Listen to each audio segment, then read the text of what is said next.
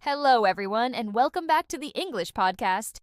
We love getting material from you, and today, well, we're digging into something really specific. Yeah, it's a transcript from a YouTube series, Confessions of an English Learner, I think it's called. This is episode 2. That's the one. Yeah, And it's not, academic theory. It's someone's actual experience learning English. exactly. And this episode, it's titled, I Cheated on My First English Test. Wow, okay. Straight to the point. Yeah, but it's so relatable, isn't it? That feeling of pressure when you're learning something new, feeling like you're going to fail. Definitely. Yeah. So our mission today really is to unpack that confession. Not just hear the story, but what are the real lessons hiding in there? Right. What can it teach us about learning itself, maybe about our own struggles and successes? And hopefully get some of those aha moments for you without, getting too bogged down. Okay, so the speaker jumps right in.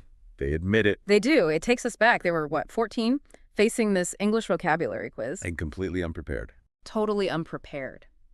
And that panic, that's key from a learning standpoint, I think. That sudden, oh no, I know nothing feeling. Yeah, where your brain just empties out. It's terrifying. It really is. And that high pressure moment, well, that's when temptation can creep in, right?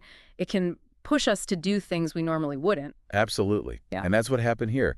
The transcript describes looking over at a friend's paper Mm-hmm. The classic scenario. and that immediate stab of guilt, Mhm. but they kept doing it. It really shows that that internal fight, wanting the good grade but knowing you haven't done the work. Yeah, the transcript captures that feeling so well. The heart pounding, feeling physically uncomfortable because you know it's wrong. Right. And there's always that little voice, isn't there, that tries to justify it. Just this one time, or I'll definitely learn it properly for the next test. Oh, totally. We've all probably heard that voice. It's such a human thing, looking for that quick fix, even when deep down we know it's not the right way forward, especially long term. So, okay, test is done. They get a good grade. Mm-hmm. But instead of feeling good, there's just this wave of guilt. Yeah. They talk about how weird it felt when people said, well done, or Oh, congratulated them. that sense of being a fraud, basically, Yeah. of not really owning that success. Yeah, exactly. And I think a lot of us, we can connect with that feeling, maybe not from cheating on the tests, but other situations where you feel inauthentic. Well, what's really insightful, I think, is the speaker realizes it wasn't just like a moral slip-up. It actually messed up their learning. How so? Because they still didn't know the vocabulary words. The cheating didn't teach them anything. Right, of course. It really hammers home a crucial point. Learning isn't about the grade on the paper. It's about actually gaining the knowledge, the skill. Hmm. If you bypass the effort, you bypass the learning. It's like trying to get fit by paying someone else to go to the gym for you. That's a great way to put it. Yeah. You might look like you did the work for a second, but you haven't actually gained anything. No strength, no stamina. Exactly. You haven't built the muscle. There's just no real shortcut to understanding, is there? No. And this really gets to the heart of it, doesn't it? Cheating doesn't actually help you learn. It just sort of pushes the problem down the road. It absolutely does. And that line in the transcript, the only person you cheat is yourself, Yeah.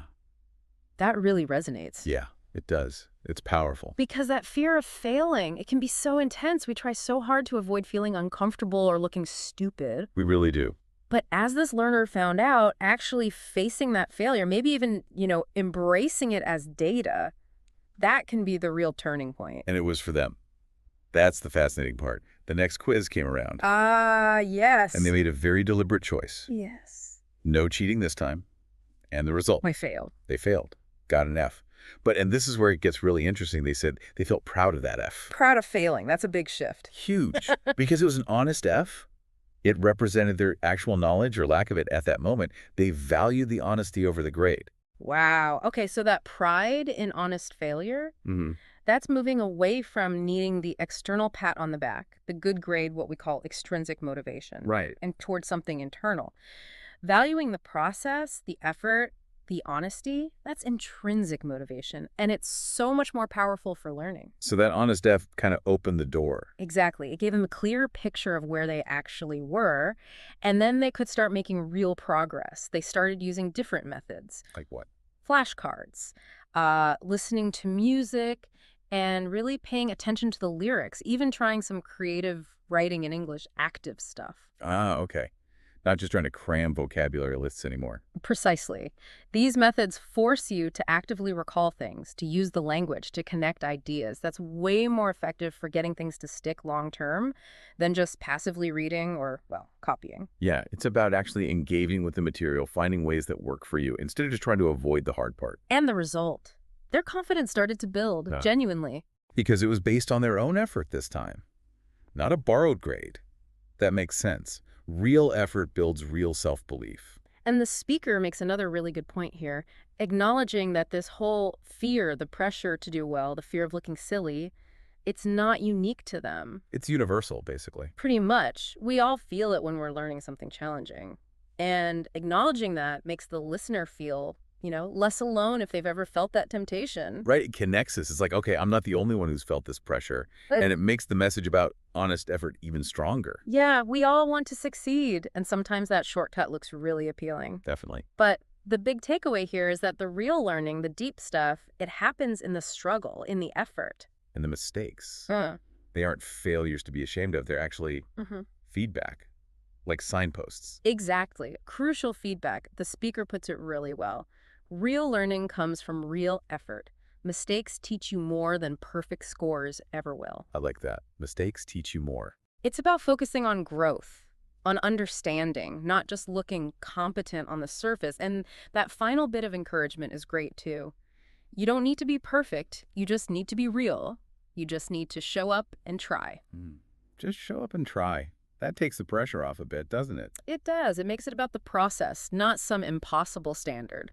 So the episode kind of wraps up by showing how that one experience, cheating on that early test, had this lasting impact. Yeah, not because of the grade they got fraudulently, Right, that was meaningless in the end. but because of the lesson they learned about honesty and how tied it is to actual confidence when you're learning. Even if progress feels slow sometimes or you hit more bumps in the road, there's real value in just sticking with it, doing it your own way, authentically.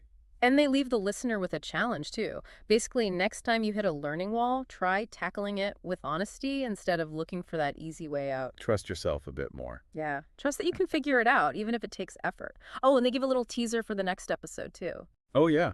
What's that about? Sounds like it involves misunderstanding a word in a conversation and things getting a bit funny. Another relatable learning moment, I imagine. Okay, so let's try and pull this all together from our deep dive into this one confession.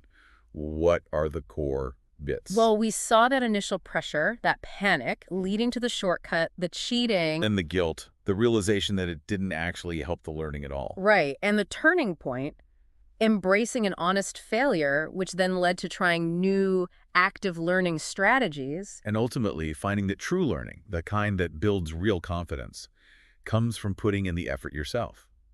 Mistakes included. Absolutely. It's about valuing that whole journey, the ups and the downs, because that's where the understanding comes from. Progress over perfection. It's such a personal story, but it really does shed light on those pressures we all face learning anything new. It makes you think, doesn't it, about your own experiences. Have you ever been tempted by a shortcut in your learning? Maybe you took it, maybe you didn't. What did you gain or lose? What might have been a better approach? Definitely food for thought. And it ties back so perfectly to that final message from the source material itself.